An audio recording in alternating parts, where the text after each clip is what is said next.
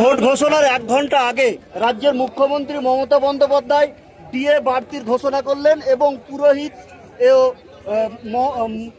মুয়াজ্জিনদের 500 টাকা বৃদ্ধি মানে 2000 টাকা করবে। কি বলবেন? দেখুন, ব্যাপারটা হচ্ছে এই চমকের রাজনীতি মমতা ব্যানার্জি করতে সিদ্ধান্ত।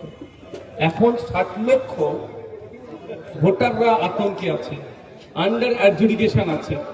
এই সমস্যার সমাধান করবে কিভাবে তার রাস্তা না বলে উনি ওনার ভোট ব্যাংক ধরে রাখার জন্য পুরোহিত সমাজের মানুষ, ইমাম মুয়াজ্জিন সাহেব, সরকারি কর্মচারীকে নিজের কাছে টানার জন্য কাজ করলেন।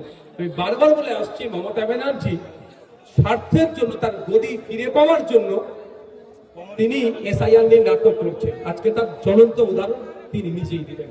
ধিক্কার, নিন্দা জানাচ্ছি মমতা ব্যানার্জির কাছে। মমতা ব্যানার্জির কাছে আমি আশা করছি, আবেদন করছি, আপনি আওয়াজ তুলুন। যতক্ষণ না পর্যন্ত 60 লক্ষ মানুষের এই বিষয়টা নিষ্পত্তি হচ্ছে, ভোট ঘোষণা করা যাবে না।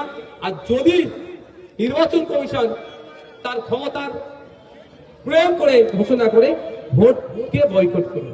আচ্ছা, আপনি এই যে বললেন যে ভোটকে বয়কট করার জন্য রাজ্য সরকারের সঙ্গে ভোট বয়কটে সাথ দিবেন, তাহলে কি আপনি আইএসএফ এবং তৃণমূল কংগ্রেস জোট করছে? না, জোটের প্রশ্ন দিন আসছে না। তৃণমূল কংগ্রেসকে আমি প্রথমে চোর বললাম, কিন্তু তৃণমূল কংগ্রেস যদি বাংলার মানুষের স্বার্থে ভোটকে বয়কট করে, যতক্ষণ অ্যাডজুডিকেশন সমস্যার সমাধান হচ্ছে ততক্ষণ পর্যন্ত এই বাংলার মানুষের স্বার্থে আমি এই দাবির সাথে সহমত হব। দাবির সাথে সহমত হওয়া মানে এই নয় যে আমি তৃণমূলের সাথে জোট করছি। বাম এবং জনতা উন্নয়ন পার্টির সঙ্গে কি জোট হওয়ার সম্ভাবনা আপনাদের?